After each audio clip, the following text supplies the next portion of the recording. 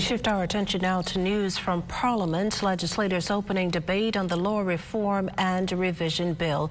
The proposed legislation updates the administration of the Law Reform Commission as it relates to staffing, management and legal procedures. It also reduces the number of law reform commissioners from 5 to 3, mandating them to submit a report every calendar year to the Attorney General, among other features in the legislation. Now, leading off debate, Minister of State for Legal Affairs and Centerville MP, the Honourable Jomo Campbell, suggested that a key focus of the Commission's work should be reviewing the country's antiquated family laws.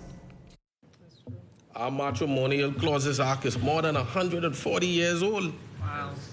And forces couples into a protracted adversarial war to proceed with a divorce.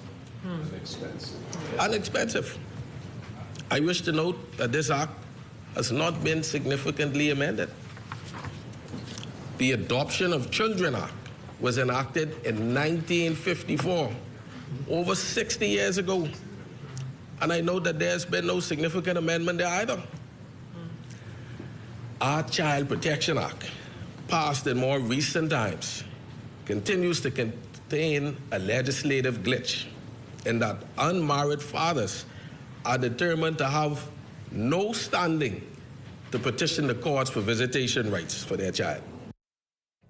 Minister Campbell went on to urge Bahamians and residents to acquaint themselves with their rights and the laws of the country.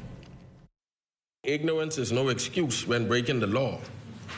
Knowledge of the law and knowing where to find that knowledge and it being easily accessible is a privilege, not only to those who practice law and related careers, but to students, teachers, plumbers, electricians, and the everyday citizen.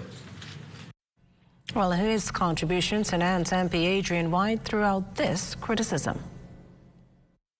It's not too juicy, it's not exciting, it's not sexy. I mean, this piece of legislation is the same as the 1975 piece of legislation.